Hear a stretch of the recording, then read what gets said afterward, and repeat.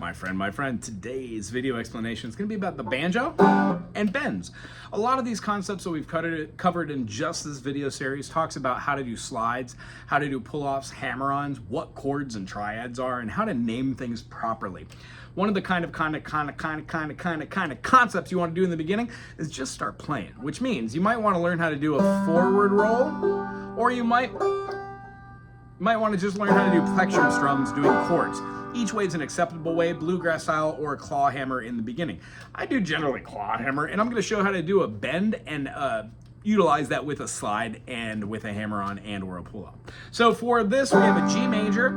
If you already know a couple of your chords, this one's the C major. We then could slide this up. Wonderful. So what I would like to do is see how we could bend these if we went from here. Too high, right? And using one finger kind of hurts.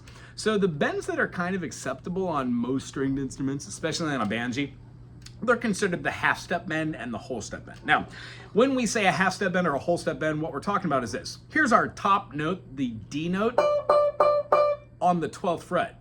If I were to go down by diminishing that 2, I'd be going to the minor 7th of the chord. Perfect 8th, major 7th, meet the minor 7th.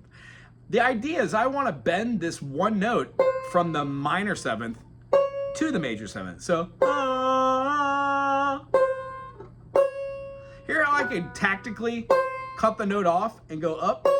That's called doing a staccato bend, when I would have the note I want to go to,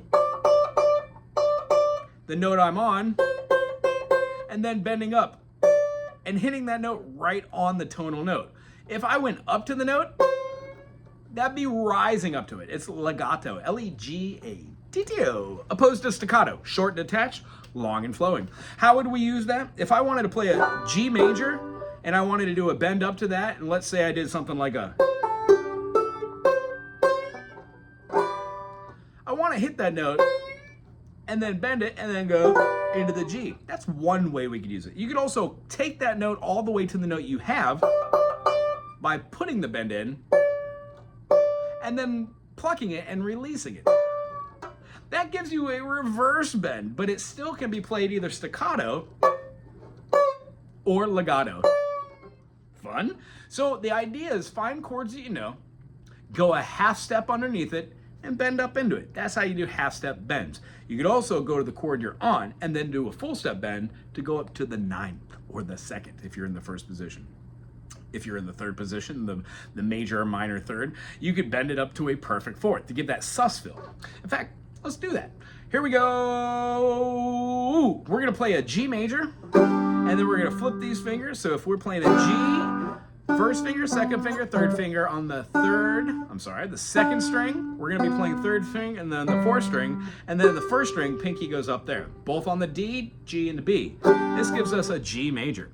If we keep the 2 D notes the same and flip these 2 so they're alternating to a different string and scoot this all the way up to the 7th fret, we get a G major. Listen to the intonation of these inversions. La, la, la, la, la, la. So maybe a good idea is to try to do a bend up to each one of those.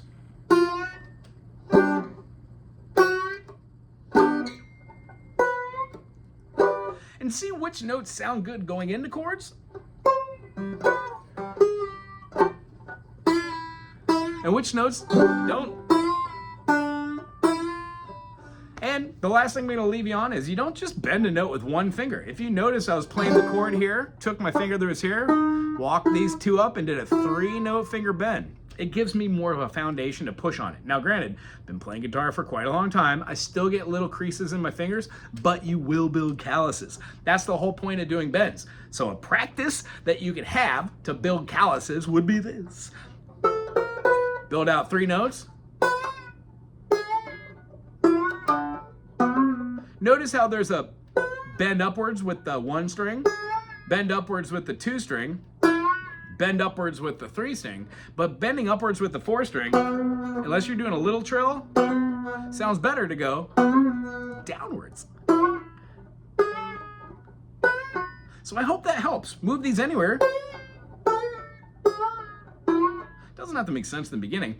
What you'll find is when you're playing in key structures of like G major, A minor, B minor, C major, D major, E minor, F sharp diminished, then that G. Wow, wow.